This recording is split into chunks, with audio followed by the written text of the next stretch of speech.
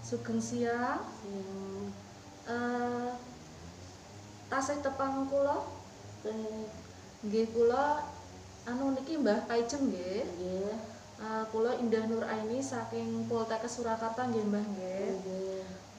Sesuai kontrak yang kemarin kan hari ini saya mau memberikan pendidikan kesehatan ke Simbah tentang hipertensi toh Mbah nggih. Nggih.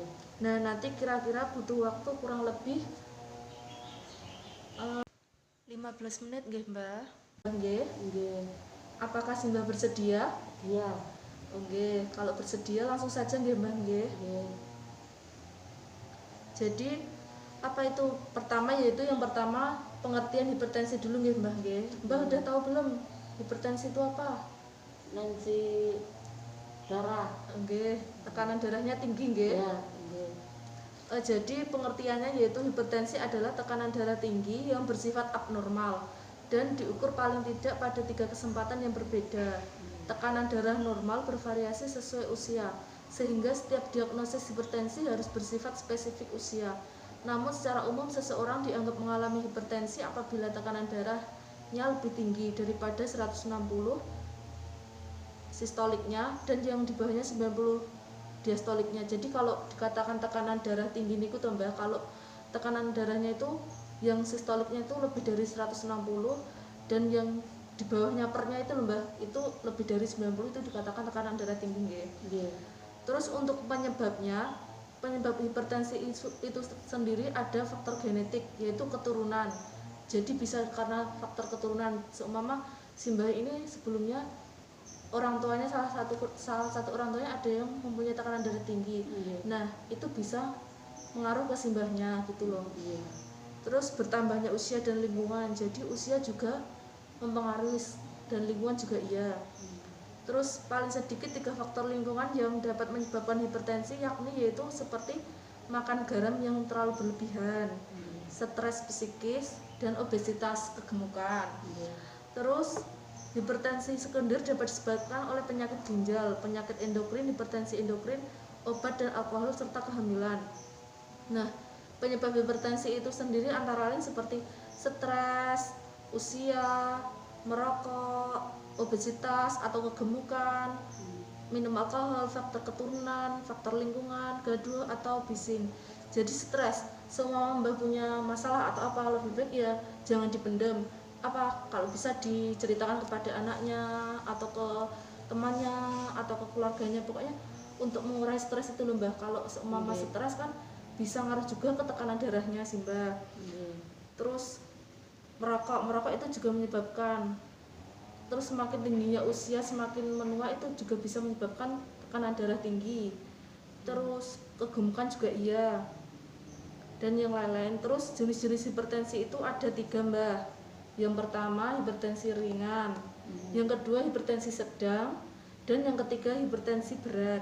Nah, dari hipertensi ringan ini sendiri yaitu tekanan sistolik antara 140 sampai 159 atau tekanan diastolik antara 90 sampai 95. Terus yang hipertensi sedang ini jika tekanan darah sistolik yaitu 160 sampai 179. Dan yang tekanan diastolik ini antara 100 sampai 109. Kemudian yang hipertensi berat ini jika tekanan darah sistolik antara 180 sampai 209 itu hipertensi berat. Dan yang diastoliknya 110 sampai 120. Jadi kan sebelumnya kan Mbah tadi terakhir tesnya berapa tadi? 190 per 100 ya, Dek? Oh nggih, jadi itu termasuk Itu. Iya tinggi, tapi kan Mbahnya sudah minum obat nggih. Jadi kan waktu itu tensinya udah 160 per 100 nggih. Nggih. Terus tanda dan gejalanya dari hipertensi ini yaitu seperti pusing, rasa berat di tengkuk, nggih. Terus mudah lelah, mudah marah. Terus telinga berdenging, sulit tidur, sulit. Terus juga ada sesak nafas, mudah lelah tadi, terus mata berkunang-kunang nggih. Jika hipertensinya berat atau menahun dan tidak tidak diobati bisa timbul gejala berikut. Nah, kalau hipertensi ini tidak diobati, contohnya nggak minum obat atau apa gitu, itu kan bisa sakit kepala, kelelahan, mual, muntah, sesak nafas, gelisah, pandangan menjadi kabur. Terus komplikasi hipertensi ini sendiri yaitu komplikasi dari hipertensi yaitu ada penyakit jantung, penyakit ginjal, penyakit otak seperti stroke. Terus yang ke selanjutnya itu pengobatan hipertensi untuk mencegah terjadinya komplikasi lebih lanjut yaitu pengobatan farmakologis, yaitu dengan menggunakan obat-obatan atas izin dokter. Jadi untuk mengobati hipertensi itu bisa minum obat sesuai saran dokter. Gitu nggih. Terus pengobatan non farmakologis yaitu dengan mengurangi asupan garam dan lemak, terus mengurangi atau menghilangkan kebiasaan minum alkohol, terus berhenti merokok bagi yang merokok, terus menurunkan berat badan bagi yang kegemukan.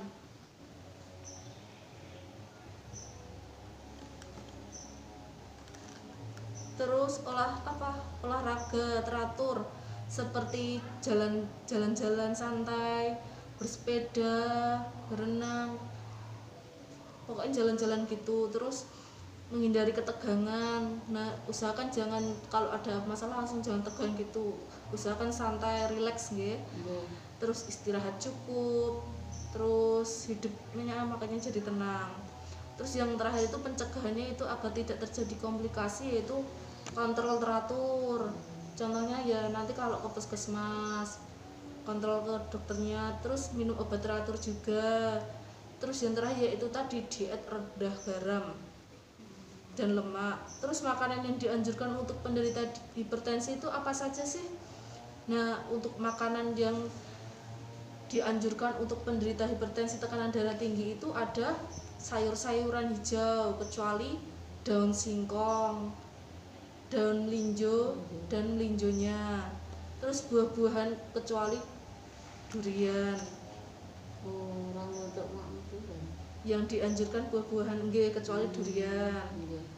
Terus ikan laut tidak asin, terutama ikan laut air dalam seperti kakap dan tuna. Terus telur itu boleh mengkonsumsi maksimal 2 butir dalam seminggu dan diutamakan putih telurnya saja. Terus daging ayam kecuali kulit, jeroan dan otak karena banyak mengandung lemak. Nggak boleh. Iya, enggak boleh itu. Terus makanan yang perlu dihindari itu ya tadi makanan yang diawetkan seperti makanan kaleng, mie instan, minuman kaleng, terus daging merah segar seperti hati ayam, sosis sapi, daging kambing. Nggak boleh. Itu harus dihindari nggih, usahakan. Terus makanan berlemak dan bersantan tinggi serta makanan yang terlalu asin. Nah, ini makanan berlemak dan bersantan tinggi serta makanan yang terlalu asin ini juga harus dihindari kalau bisa nggih. Nah, untuk pengobatan tradisional itu bisa dibuat di rumah antara lain mengkonsumsi secara teratur jus seperti buah mentimun, buah belimbing, daun seledri. Nah, untuk pengobatan tradisional itu sendiri yaitu pengertiannya yaitu penggunaan bahan-bahan alami seperti daun, buah, batang, dan akar tanaman untuk menurunkan tekanan darah. Terus untuk pengobatan hipertensi itu sendiri yaitu untuk mengontrol tekanan darah dan mencegah gangguan jantung dan pembuluh darah, mempertahankan tekanan darah atas kurang dari 140 dan tekanan darah bawah kurang dari 190. Macam-macam obat tradisional hipertensi itu ada apa saja sih? Setahu Mbah itu ada apa aja? Tradisional, mentimun, itu ya air belimbing, air rebusan daun salam, air mentimun atau lalapan mentimun, air daun seledri. Itu harus makan. Kalau ada harus dipilih makan. salah satu aja bisa. Terus air mengkudu atau pace, labu siam, alpukat. Nah, kalau untuk air belimbing ini nanti alat bahannya itu seperti buah belimbing. Mbah kalau seumpama disuruh pilih apa? Pengobatan tradisionalnya pilih apa? Seperti yang saya sebutkan tadi, air belimbing, apa rebusan daun salam? Daun salam. Oh, nggih. Kalau daun salam, udah tahu belum caranya? Bentino ngerebus. Setiap hari. Nggih. Oh, nggih, nggih. Setiap hari. Kalau seumpama mentimun itu nanti buatnya itu nggih Mbah nggih. Apa? Diparut Mbak. Heeh, diparut. Oh, Terus diperes itu ya. diperes nggih disaring. Heeh, kalau mentimun, Ini. heeh. Kalau mentimun itu nanti dikupas kulitnya, kemudian terus diparut, disaring, diperes. Nggih, nggih. Nah, peresannya itu diminum. Nggih. Itu untuk 2 kali minum pagi dan sore. Nggih. Pagi dan sore jadi dua kali sehari. Sehari 2 kali. Heeh, iya itu pagi dan sore. Itu cukup peresan aja, jangan ditambahin air nggih. Nggih. Nah, itu tadi salah satu cara untuk menurunkan tekanan darah dengan obat tradisional nggih. Nggih. Tanpa obat, Nggih. menggunakan itu tadi timun. Kalau hal yang perlu diperhatikan dalam mengkonsumsi obat tradisional itu jangan minum obat tradisional secara bersamaan. Nah, contohnya saya tadi pilih salah satu aja nggih. Seumpama jenengan kersane timun ya timun. Kalau kersane apa? Daun salam. Ya daun salam aja. gitu nggih. Nggih. Kalau daun salam kan Mbak sudah tahu kan cara pengobatannya. Terus jangan minum obat tradisional setelah mendapatkan pengobatan dari dokter. Nah, jadi ditunggu selang beberapa itu dulu baru minum gitu. Terus kontrol tekanan darah secara teratur. Nah, jadi kalau mau menambahkan di sini kan ya kalau ada pasien lansia diusahakan ikut nggih Mbah nggih, biar tahu tekanan darahnya berapa gitu. Terus kalau bisa juga cek up ke puskesmas. Ikut pasien lansia nggih. Nggih, sip. Nah, dari di sini tadi Mbah, apa ada yang perlu ditanyakan? Apa ada yang kurang jelas? Ini sudah selesai. Sampun jelas? Jelas. Oh iya, saya kasih kalau gitu saya tanya yang Mbah nggih. Tadi kan ada makanan yang harus dihindari, itu apa aja Mbah? Garam. Heeh. Asam-asaman itu nggak boleh. Heeh. Terus udah gitu. Oh iya, terus tadi ada melinjo, daun Daun melinjo, hijau. daun Enggak singkong. makan. Heeh, sip nggih, sip. Terus tadi Kalau untuk makan daun hijau patut sekop. enggak boleh nggih. Kalau bisa dihindari. Iya. Terus obat tradisional tadi ada apa aja Mbah? Seperti apa tadi? Selain mentimun tadi ada apa aja? Salam. Daun salam. Nggih. Timun. Alpukat. Nggih. Nggih Mbah. Ini kan sampun toh Mbah. Nggih. Sampun saya jelaskan tentang hipertensi, tanda dan gejalanya, penyebabnya apa aja, terus pengobatannya seperti apa, pencegahannya seperti apa, makanan yang perlu dihindari seperti apa, dan makanan yang dianjuri seperti apa, serta pengobatan yang harus diberikan tradisional seperti apa, sudah saya jelaskan ya Mbak. Kalau begitu cukup nggih Mbak sampai di sini nggih. Semoga pertemuan ini memberikan manfaat untuk Simba. Terus jangan lupa sesuai yang ajarkan tadi, hindari makanan-makanan yang tidak boleh dimakan nggih. Nggih, Mbak. Bu, nggih. Kalau begitu saya izin pamit nggih Mbak nggih. Semoga Mbak sehat selalu. Terus